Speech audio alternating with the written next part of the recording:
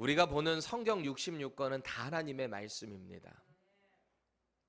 때로는 인간의 적나라한 죄의 모습을 그대로 기록을 해놨어요. 하나님의 말씀이라고 해서 거룩한 이야기, 격언의 이야기들만 적혀 있는 게 아니에요. 인간의 아주 바닥의 끝의 모습도 그대로 적혀 있고요. 위대한 믿음의 사람들의 실수의 이야기도 그대로 적혀 있습니다. 그래서 성경은 하나님의 말씀입니다. 이 말씀을 통해 우리의 모습을 자꾸 투영해 보는 거예요. 리플렉션 하는 거예요. 그래서 내 삶이 어떻게 믿음의 방향으로 나아가야 하는가, 그걸 발견하는 겁니다. 믿음의 사람들도 처음부터 믿음의 사람들이 아니었던 거예요. 물론 처음부터 그런 사람들도 있지만 대부분은 넘어져 보기도 하고 그 가운데 다시 일어나 보기도 하고 말이죠. 우리도 똑같지 않습니까? 오늘 하나님의 말씀을 잘 받으시기 바랍니다. 요셉이요, 당시 최강국이었던 애굽의 노예로 팔려갔어요. 그리고 친위대장입니다. 바로의 친위대장이에요. 아주 권력을 갖고 있는 장군이겠죠. 그 친위대장 집에 노예로 팔려갔습니다. 하나님의 도우심으로 주인의 신뢰를 얻어요. 일을 얼마나 성실하게 하고 스마트하고 클레버했던지 하는 일마다 뭔가 똑소리가 나는 거예요. 똑 부러지는 거예요. 이런 사람들이랑 같이 일해보면 정말 이 속이 시원할 때가 있거든요. 하나를 딱 말하면 두 개, 세 개를 미리 딱 해버리는 사람들이 있잖아요. 우리 전도사님들도 딱 그런 분들이세요. 분들이 되기를 축원합니다. 그렇게 되시기를 축원합니다. 지금도 너무너무 좋아지셨어요. 정말 격려합니다. 너무 저는 감사해요. 우리 전도사님들 동역한다는 게 얼마나 감사한지요. 요셉이 뭔가 하나 딱 일 시키면 아주 똑부러지게 하고 말이죠. 그러니 주인의 신입을 얻을 수밖에요. 결국 주인이 집안의 모든 일을 도맡아 할 수 있는 이 총무의 자격을 준 거예요. 총무가 뭐예요? 보통 어떤 기관에 총무하면은 executive예요. executive director를 총무라고 하잖아요. 그 모든 일을 다 맡아서 하는 사람들이 총무인 겁니다. 그러니 실질적으로 회장보다 총무가 일을 제일 많이 하고 제일 실세가 총무 아니겠어요? 그렇죠? 그러니 요셉이 이 보디발의 집에서 이 총무의 역할을 감당했으니 물론 여전히 노예의 신분이기는 하지만 그 집에 있는 모든 노예들을 통솔합니다. 지시를 합니다. 점검을 합니다. 주인의 마음을 시원케 하는 그 역할을 감당했다라는 거예요. 그러니 노예이긴 하지만 마치 청지기처럼 그 모든 일을 다 감당하는 그 모습이 자유함도 또 있었을 거 아니에요. 주인에게도 인정받고 그러니까. 누가 뭐라고 할 수 있었겠어요. 요셉은 분명히 알았을 겁니다. 이 모든 게 우연이 아니라 하나님의 도우심으로 이곳에 와서 내가 지금 이렇게 인정받으면서 일하고 있다라는 거 잘 알았을 겁니다. 이건 우연이 아니에요. 하나님께서 요셉에게 주신 그 꿈을 이뤄가시는 과정인 거예요. 형들이 요셉에게 절을 하려면, 아버지와 온 달과 별 이것들이 다 절을 하려면 어떻게 해야 돼요? 애굽으로 가야만 했던 거예요, 요셉이. 그러니 그 방법은 요셉이 이해되지는 않았을 겁니다. 형들에게 배신당하고 여기로 팔려왔잖아요. 그런데 이 과정 스텝을 하나하나씩 지금 밟아가고 있다라는 거죠. 자신의 노력으로 이뤄낸 게 아니에요. 또 지금 인정받는다고 우쭐댈 필요도 없는 거예요. 그래봤자 지금 노예 아니겠습니까? 그렇죠. 우리가 살아가면서 인생의 위기는 언제든지 찾아옵니다. 근데 뭐가 위기인가 제가 고민을 해봤어요. 뭐가 위기지? 여러분 뭐가 위기예요? 살아가시면서? 시험에서 떨어졌다? 신분이 뭔가 해결이 안 돼서 지금 전전긍긍한다? 그게 과연 위기일까요? 우리 인생의 전체를 볼 때 이게 진짜 큰 위기일까요? 아닐 겁니다. 아닐 겁니다. 말씀을 준비하면서 우리 인생의 진짜 위기가 언제인가?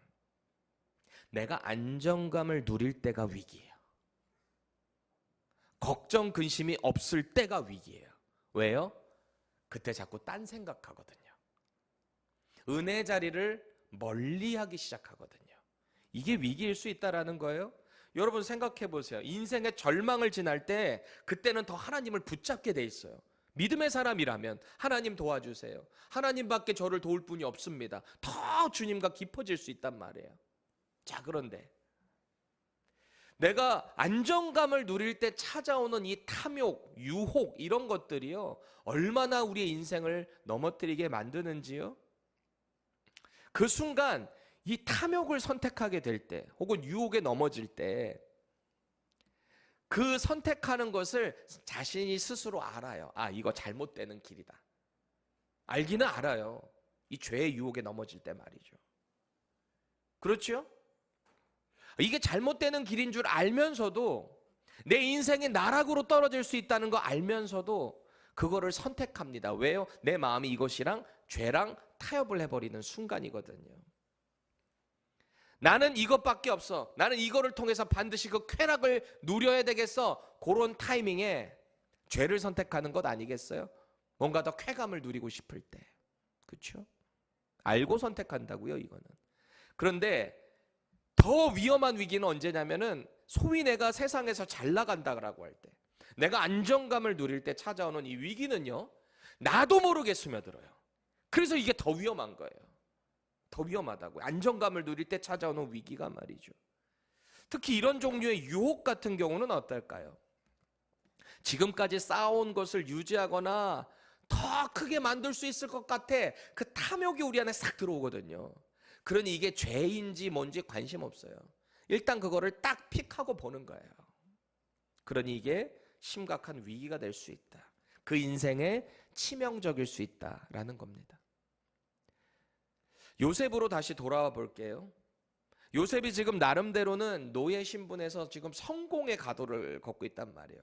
지금 탑 찍은 거 아니에요? 노예의 신분으로서 누릴 수 있는 가장 최상위 찍은 거 아니에요, 지금? 보디발의 집에서 말이죠. 여기서 조금만 더 잘하면은 노예라는 딱지까지 뗄 수 있을 것 같은 그런 마음이 들 수도 있어요. 그렇죠? 이게 성공의 가능성이라고 세상의 관점에서는 볼 수 있습니다. 그 방법이 뭐예요? 바로 이 보디발의 아내를 이용해서 노예 딱지 뗄 수도 있는 거예요. 세상의 방법으로 보면. 그렇죠? 적당히 어느 정도 타협해주고 함께하고. 그러면 이 아내를 통해서 자기 노예 딱지 뗄 수도 있을 거 아니야. 예를 들어서 요새 막장 드라마들이 하도 많으니까 뭐 그런 거 있을 수 있을 거 아니에요. 그런 타이밍에 역시 사탄은 그 순간을 놓치지 않죠. 보디발의 아내를 사용해서 이제 사탄이 유혹을 하기 시작합니다.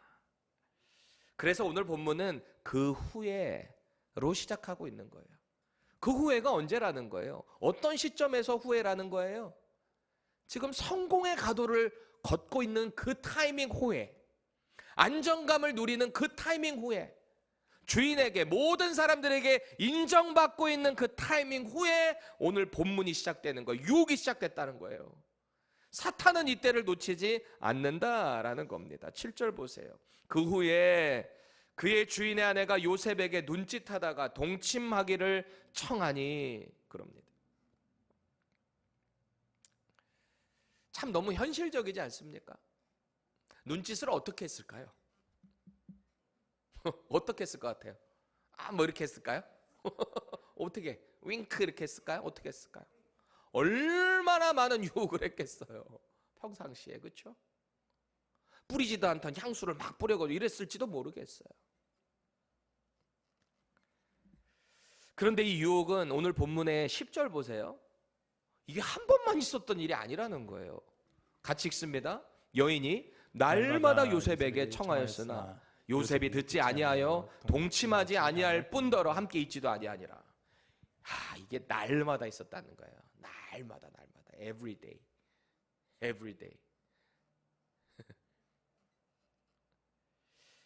제가 100번 양보해서 이 여자의 입장을 한번 헤아려 봅니다. 제가 이 여자 보디발 와이프의 입장을 한번 헤아려 보는 거예요. 자기 남편 지금 파라오 친위대장이잖아요. 얼마나 바빴겠어요. 갑자기 왕궁에서 부르면 냅다 뛰어가야 될 거 아닙니까? 그렇죠?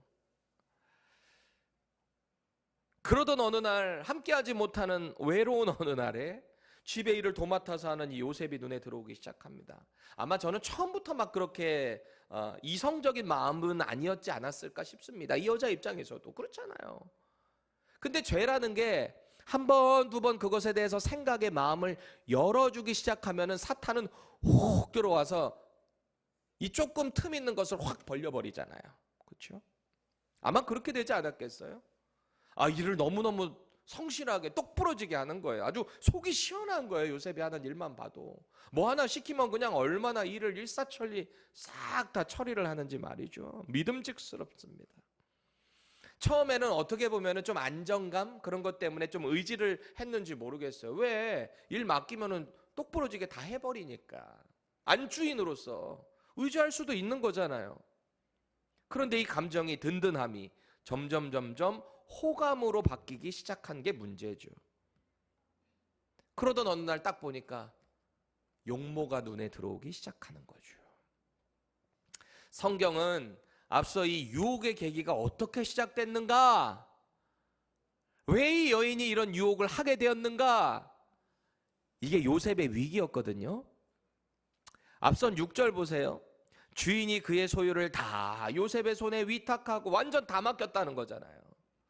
자기가 먹는 음식 외에는. 왜요? 음식은 이방인, 애굽 사람의 입장에서 음식만큼은 종교적인 것과도 관련되어 있기 때문에 이것만큼은 맡기지 않았지만 그 외의 모든 것들은 다 요셉에게 맡겼다는 거예요. 아예 간섭도 안 했다는 거예요.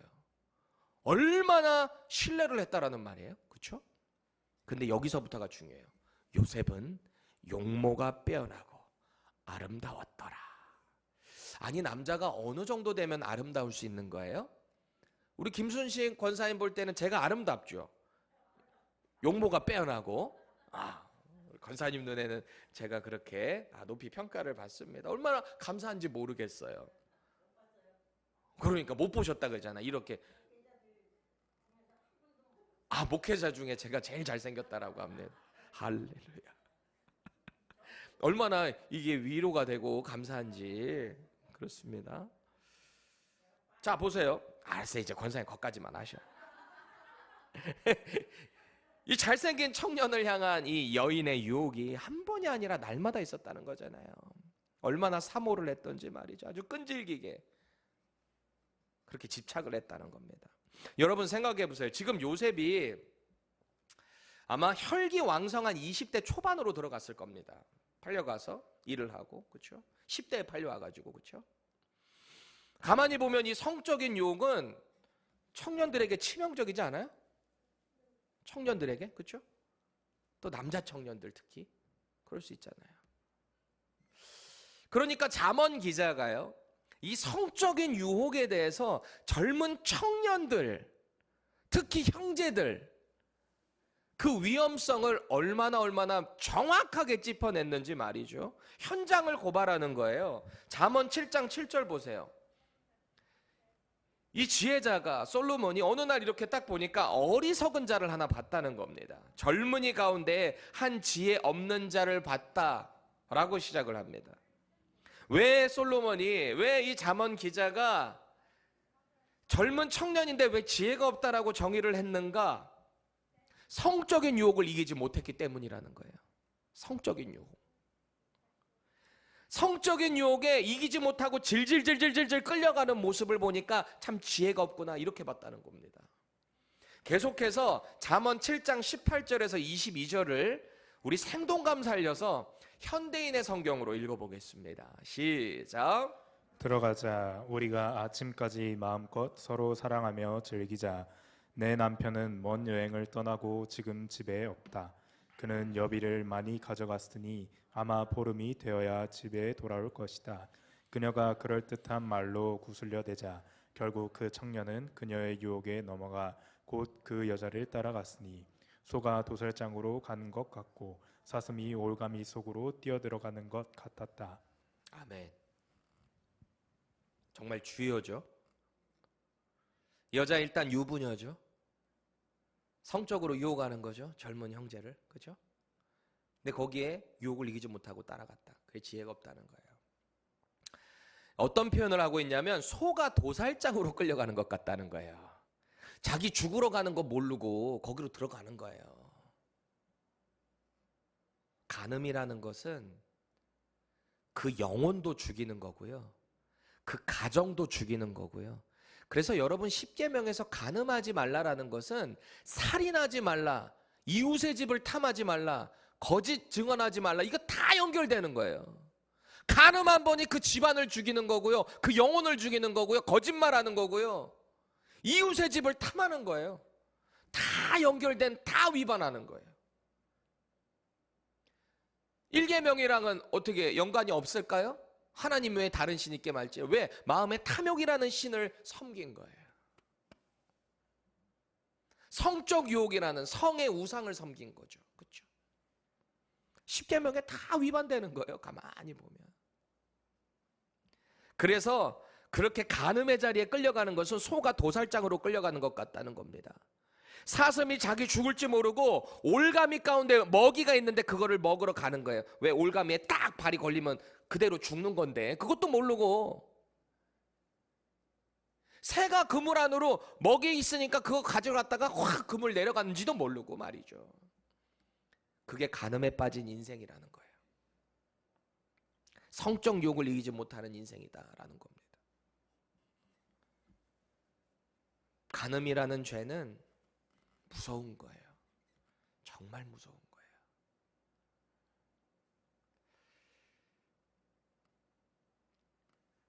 제가 전에 우리 정 집사님한테 이 말 했던 것 같은데 듣더니 그럴 수 있겠네요. 동의를 하셔서 제가 한 번 더 써먹습니다. 쾌락은요, 우리가 누리는 추구하는 그 쾌락은 짜릿할 수는 있지만 그 결과는 치명적이에요. 짜릿할 수는 있어요. 순간. 근데 그 뒤에 오는 후폭풍은 감당할 수가 없어요. 회복하기가 쉽지가 않아요. 그러니 시편 기자가 이 죄의 유혹, 성적인 유혹, 그런 자리에서 어떻게 하라는 거예요? 버티고 있으라는 거예요? 너 믿음 있으니까 거기서 한번 너의 믿음을 시험해봐. 이런 얘기 한 적이 있을까요? 없어요. 시편 1편 1절 대표적인 구절이잖아요. 복 있는 사람이 누굽니까? 하나님의 사람이잖아요. 하나님을 경외하는 사람이잖아요. 복 있는 사람은 악인들의 꾀를 따르지 아니하며 죄인들의 길에 서지 아니하며 오만한 자들의 자리에 앉지 아니하고. 왜? 거기 서 있고 거기 기웃거리고 따라가고 앉아 있으면 넘어지거든요. 같이 안 있는 게 상책이에요. 그 자리를 피하는 게 상책이에요. 자기 자신을, 믿음을 너무 자부하지 마세요. 저도 마찬가지입니다. 그래서 저는 늘 철칙이 있었어요. 전부터. 어떤 자매와 상담을 해야 된다? 반드시 제 안에 낍니다. 문을 열어놓고 합니다. 그게 여러분들도 저를 지켜주는 거예요. 물론 제가 여러분들을 볼 때 막 이성적으로 보지 않습니다. 안 봅니다. 근데 사탄이라는 놈은 조금이라도 우리의 빈틈을 노리기 때문에 그렇습니다. 철저히 조심하셔야 됩니다. 특히 청년들 젊은 시대에, 젊은 세대 때 더 조심하셔야 돼요. 장년들도 마찬가지예요. 사탄은 우리의 약점을 자꾸 노린단 말이에요. 간음의 자리, 유혹의 자리, 벗어나는 것만이 살 길입니다. 나는 나를 컨트롤할 수 있어. No way. 그 마음 갖는 순간 넘어집니다. 여러분, 오늘 이 성적 유혹을 받고 있는 요셉은요, 더군다나 종의 신분이에요. 우리가 이거를 기억해야 돼요. 종이란 말이에요. 지금 여주인이 그거를 요구하는 거란 말이에요. 그렇죠? 여주인이 요구를 하는데 노예가 그걸 거부한다? 이거 쉽지 않은 선택입니다. 그렇죠? 세상의 관점으로 보면 이 기회를 좀 잘 이용하면, 이 관계를 좀 잘 이용하면 지금 노예 신분에서 벗어날 수도 있지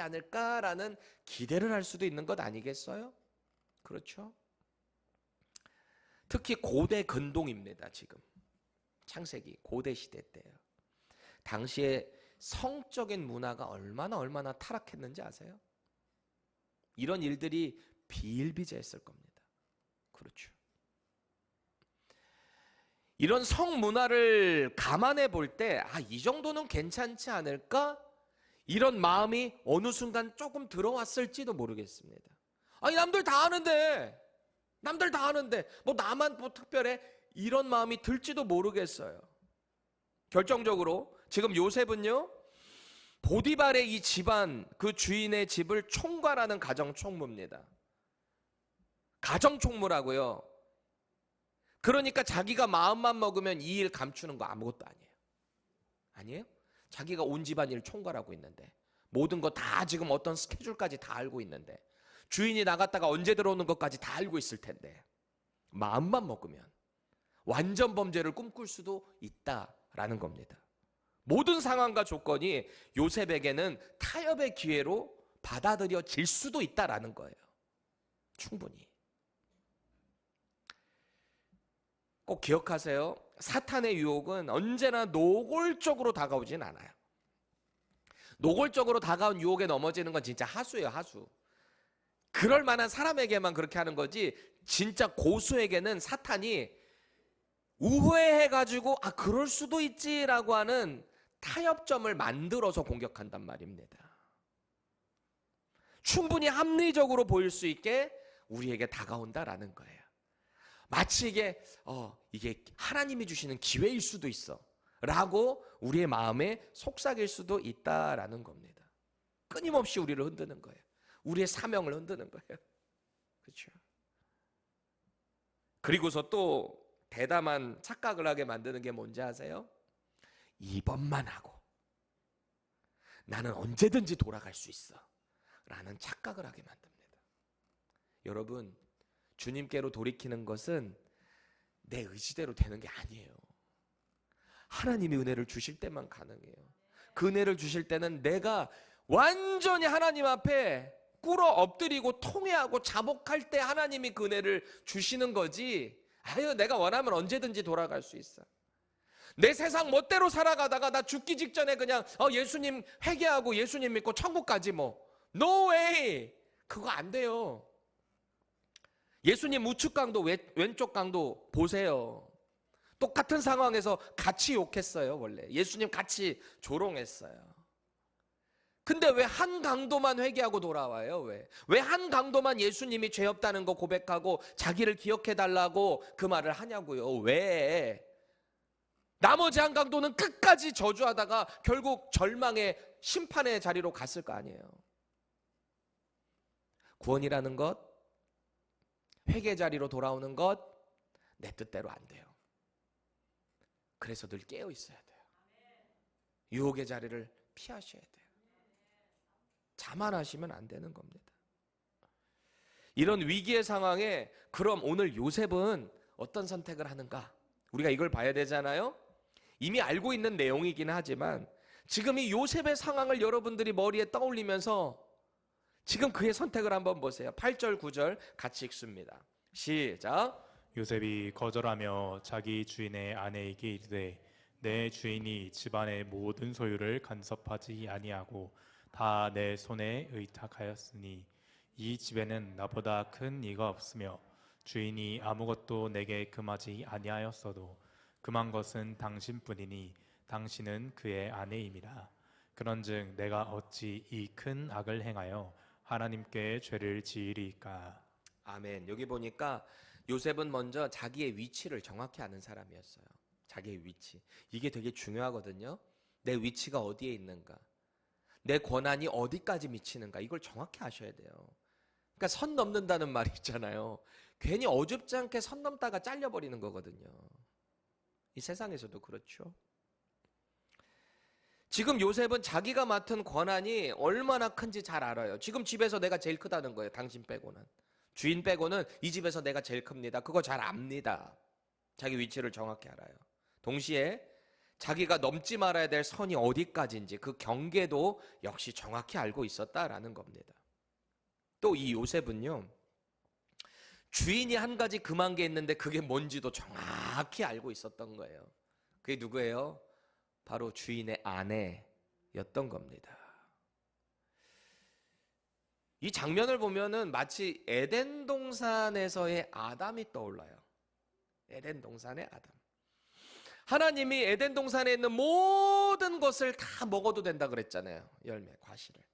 근데 딱 하나, 동산 중앙에 있는 선과 악을 알게 하는 그 나무 열매만은 가까이 하지 말아라. 절대 먹지 말아라. 너 먹으면 죽는다. 그냥 죽는다 아니에요. You will surely die 그랬어요. 너 그거 먹으면 진짜 죽어. 너 완전 죽어.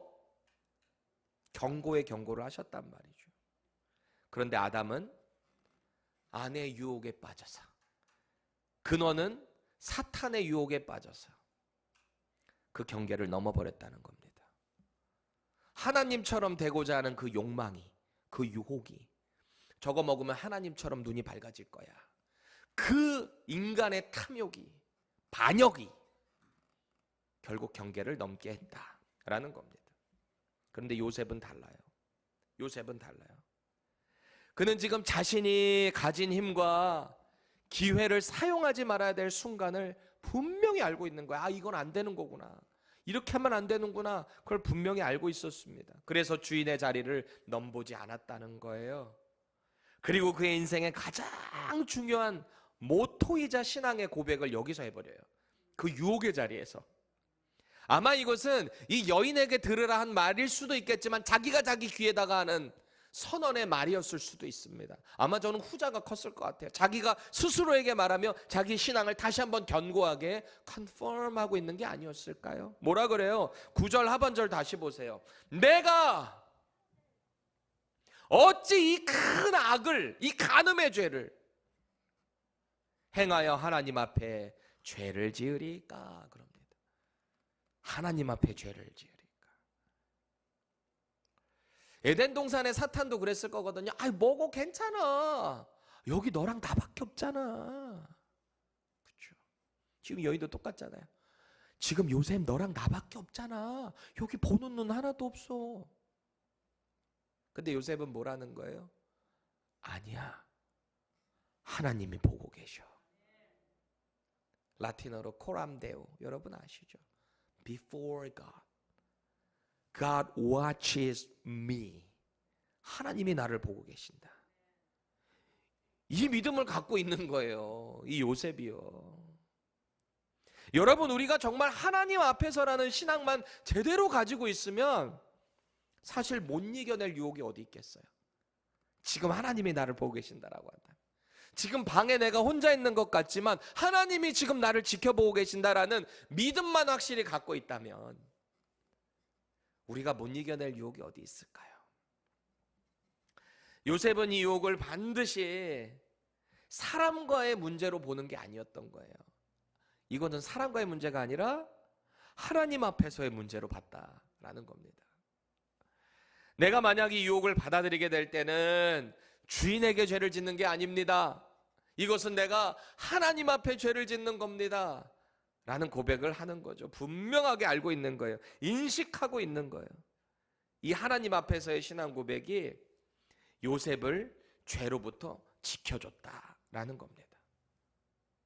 저와 여러분들도 마찬가지예요.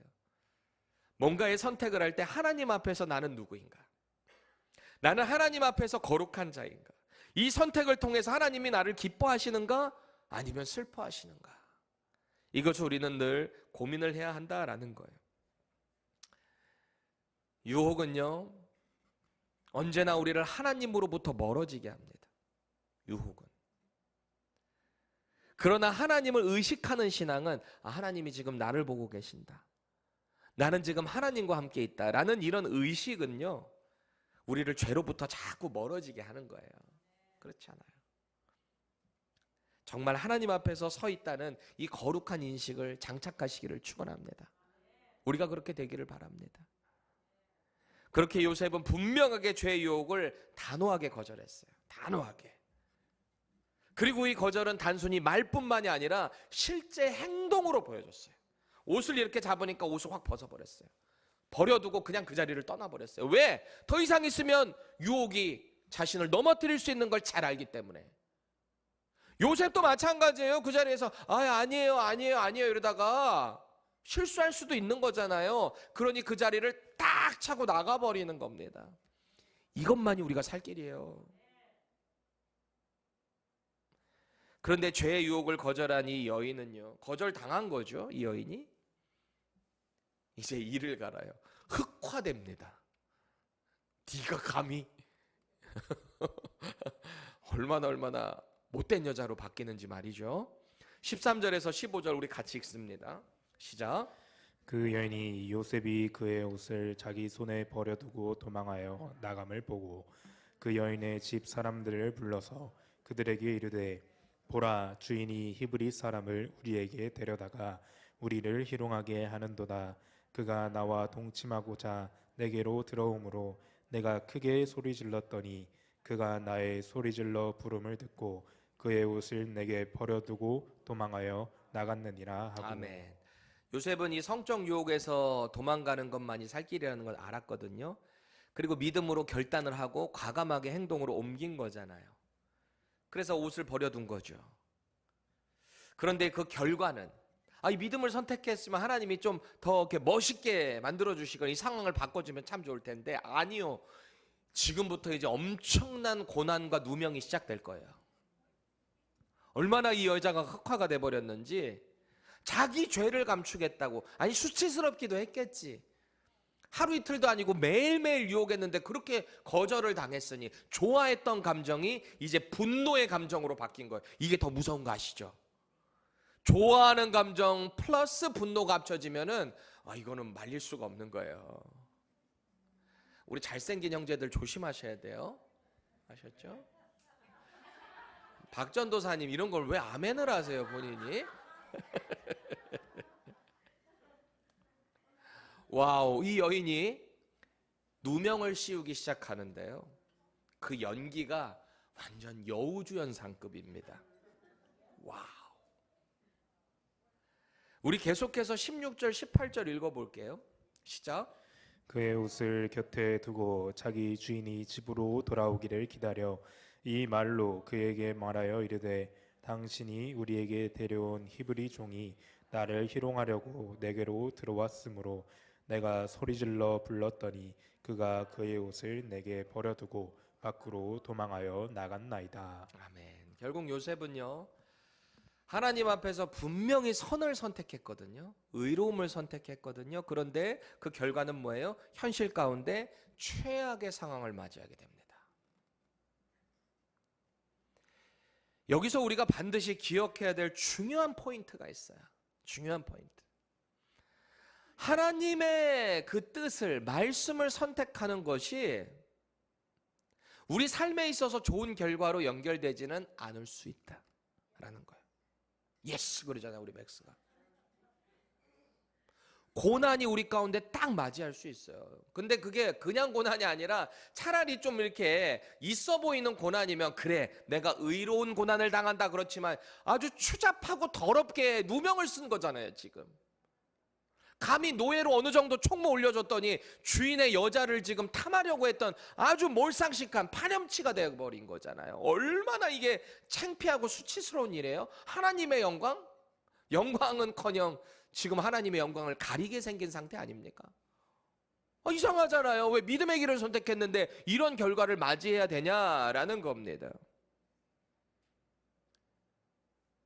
순간 요셉의 마음에 이런 마음이 들었을지 차라리 조금 타협할 걸 그랬나? 어느 정도는 조금 이렇게 밀당을 할 걸 그랬나? 밀고 당기기를 할 걸 그랬나? 그런데 요셉은요, 하나님의 길을 택했고 그 결과는 억울할지라도 고난을 받을지라도 그 길을 묵묵히 걸어가는 거예요. 그래서 우리는 요셉의 모습을 보며 마치 예수님의 모습을 보는 것 같다라는 말을 하는 이유가 여기에 있는 겁니다. 요셉이 붙들었던 것은 딱 하나예요. 사람 앞이 아니라 하나님 앞에서의 정직함입니다. 이거 붙잡고 간 거예요. 이거를 붙잡는 그 현실에서 뭐가 억울하고 누명을 쓴다 할지라도 그는 이 믿음이 더 중요했던 겁니다. 하나님 앞에서의 신앙이 말이죠. 손해를 보더라도 억울함을 당하더라도 하나님 앞에서 옳은 길을 선택했으니 됐다. 나머지는 이제 하나님이 하실 거다. 이 믿음 있지 않았겠습니까? 사람의 기준이 아니라 하나님께 있었기 때문입니다. 내 삶에서의 조금 더 유익한, 지금 당장 유익한 상황이 아니라 더 중요한 것, 하나님의 나의 이 정직한 신실함 가운데 그가 결국 영광 받으신다라는 믿음이 있었기 때문이에요. 그게 요셉에게 있어서 가장 중요한 인생의 가치였다라는 겁니다. 저와 여러분들에게 이런 가치가 장착되기를 바라요.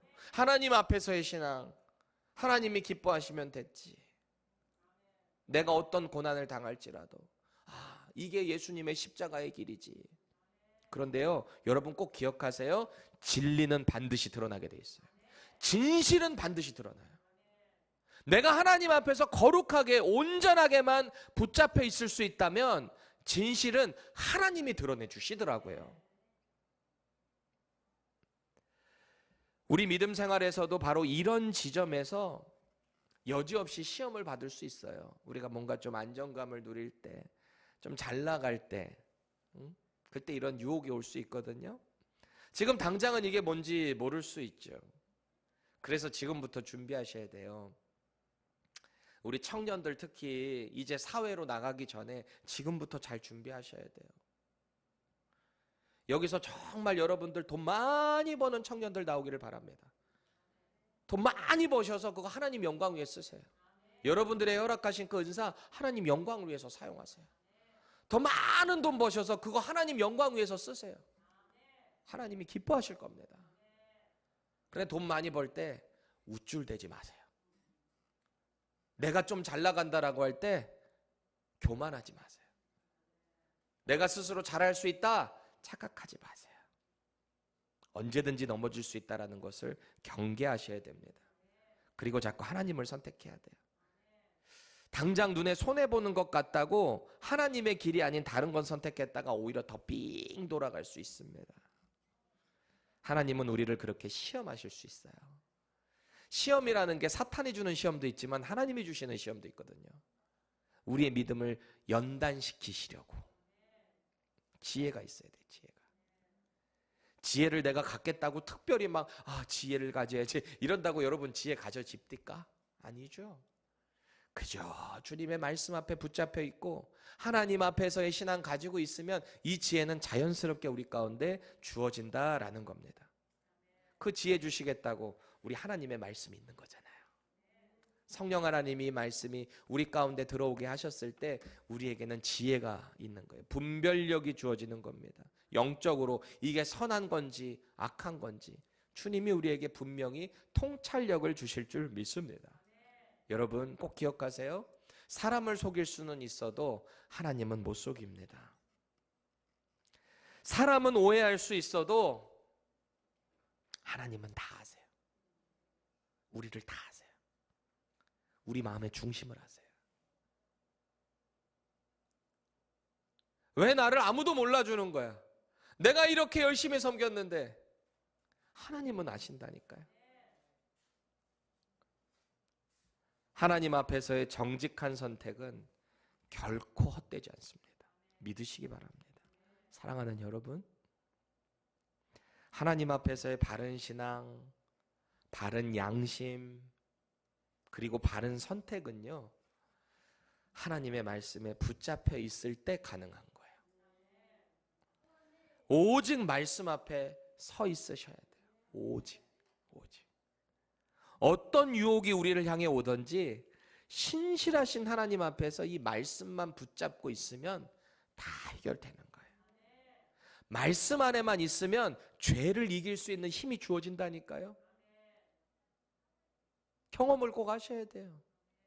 말씀 안에 붙잡혀 있으셔야 돼요. 매일 하루도 빠짐없이. 오늘 이 사탄도 매일 유혹하잖아요. 매일 유혹하는 거 이겨내려면 어떻게 해야 돼요? 매일 영적으로 깨어 있으셔야죠. 매일 우리의 귀를 말씀에 열고 매일 우리의 눈을 말씀에 집중을 하셔야죠. 그래야 주의 음성이 내 마음에 들리고 그것으로 우리는 유혹을 이길 수 있다라는 겁니다. 여러분, 우리 그럼에도 불구하고 실수할 수 있어요. 넘어질 수 있어요. 아니, 넘어질 거예요. 그런데 하나님의 말씀이 우리 가운데 이렇게 탁 잡고 이렇게 질책을 해주실 때가 있어요. 책망하실 때가 있어요. 말씀을 읽을 때. 완전히 확 넘어질 때도 있을 수 있겠지만 내가 죄를 지었나 안 지었나 모르게 이렇게 스스로 합리화하면서 나갈 때도 있거든요. 그럴 때 많죠, 하영자매. 그렇죠? 많지. 우리가 사실 다 그런 거 아니겠어요?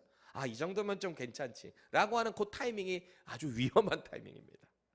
그때 말씀이 나를 자꾸 깨우쳐 주실 겁니다. 마음을 확 여시는 거예요. 우리 성령님이 말씀을 통해서 우리를 자꾸 깨우쳐 주실 거예요. 자꾸 우리가 말씀으로 승리해야 합니다. 그래서 제가 늘 강조하는 거예요. 말씀이면 됩니다. 말씀이면 다 됩니다. 오늘도 하나님의 말씀으로 정말 거룩한 선택할 수 있기를 바랍니다. 하나님의 말씀으로 죄의 유혹을 다 이겨낼 수 있기를 예수님의 이름으로 축원합니다.